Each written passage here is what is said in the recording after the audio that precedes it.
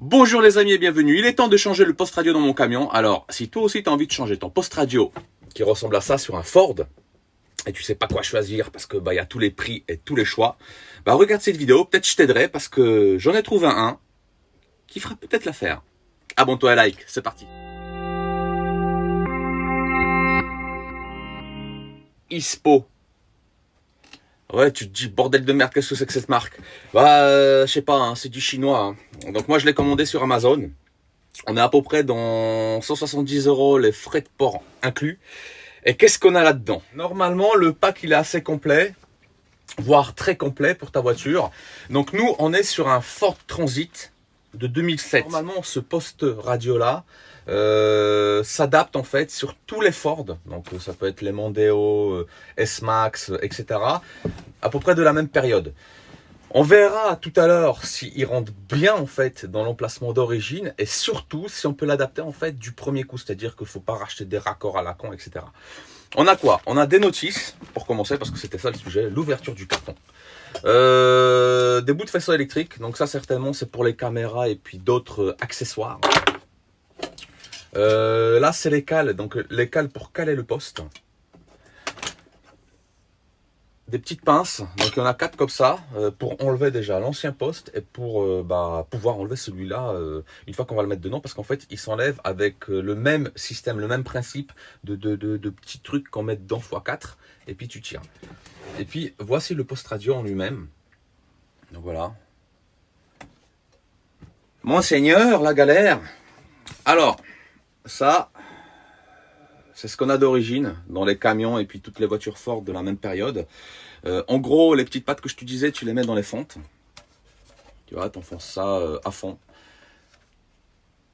Et derrière, en fait, ça décroche le clips qui se clipse en fait à l'intérieur du tableau de bord.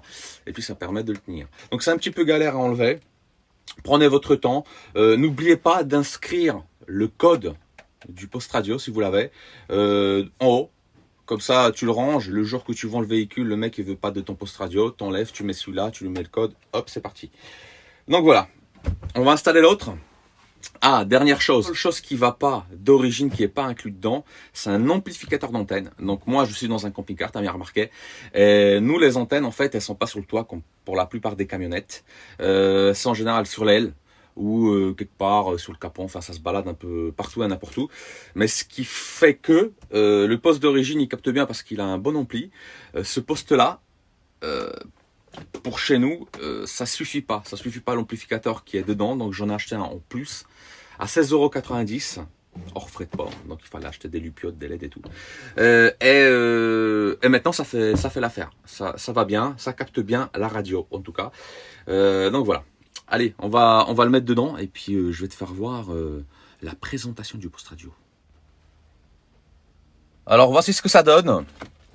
Là, tu as le faisceau électrique du poste radio qui est accordé en fait, donc ça c'est fourni, hein, qui est accordé au faisceau électrique d'origine, donc ton boîte.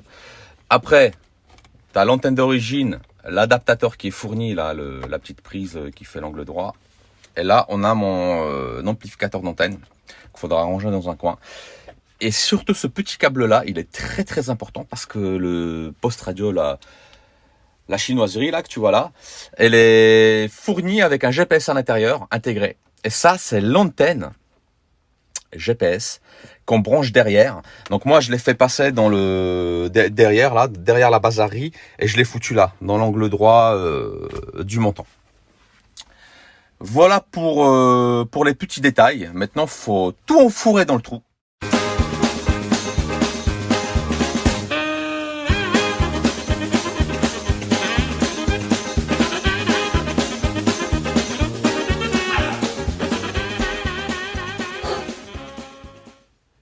Voilà les amis, c'est dedans.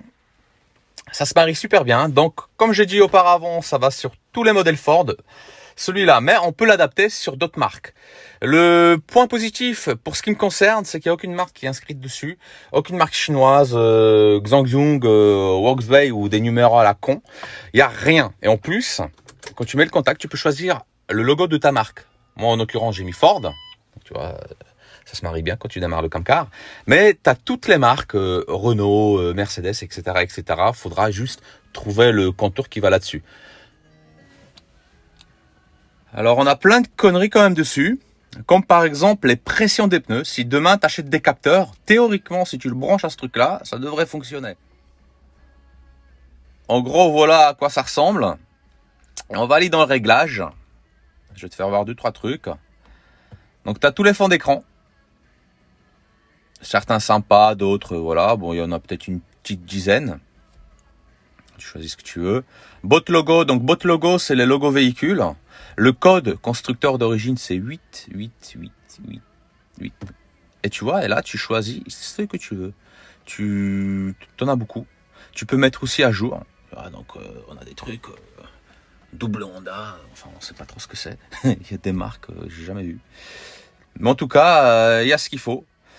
Pour ce qui me concerne, il y a mes marques que je veux. Regarde-moi ça. Cari. Tu connais toi Cari? Ils ont fait un joli coupé l'année dernière. Donc t'as du tout. Hein. Vraiment t'as du tout. Voilà, moi je rechoisis Ford. Hop, on sort de là-dedans. Et puis bah après t'as toutes les options traditionnelles, affichage, son, vidéo, configuration Bluetooth, navigation, langue. Donc langue, ils sont assez fournis en langue. T'as vraiment beaucoup de trucs. Si t'es russe, portugais, espagnol, marocain, algérien, normalement tu trouveras ton bonheur dedans. Et au pire, tu peux toujours mettre à jour et télécharger. Mais normalement d'origine, ça c'est fourni. Pour conclure cette vidéo les amis, bah franchement je suis vraiment satisfait de mon post radio chinois, de cette chinoiserie on va dire. Car en fait, je suis pas déçu à l'ouverture de la boîte. Il y a vraiment tout. Tout ce que le vendeur a mis sur l'annonce, bah, tout est là. Voilà, je suis sans voix en fait. C'est la première fois que ça arrive. Il y a tout. Il y a le faisceau électrique, le GPS il fonctionne, le Bluetooth il se connecte correctement.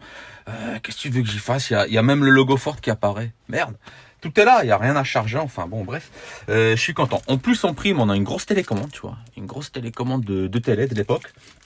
Bon, elle servira strictement à rien. Pour la simple et unique raison, c'est que bah ma main elle sera souvent sur le levier de vitesse. Et le levier de vitesse, il est juste à côté de l'écran tactile.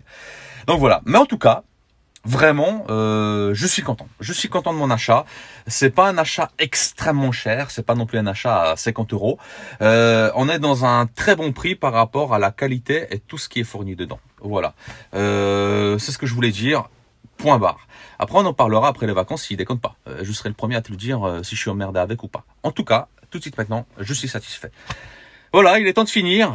J'espère que vous a plu la vidéo. Abonnez-vous, likez, mettez votre petit commentaire. Si vous avez des questions, envoyez-moi la question. Je vous donnerai toutes les références nécessaires du post radio. En tout cas, bonnes vacances et à bientôt. Ciao!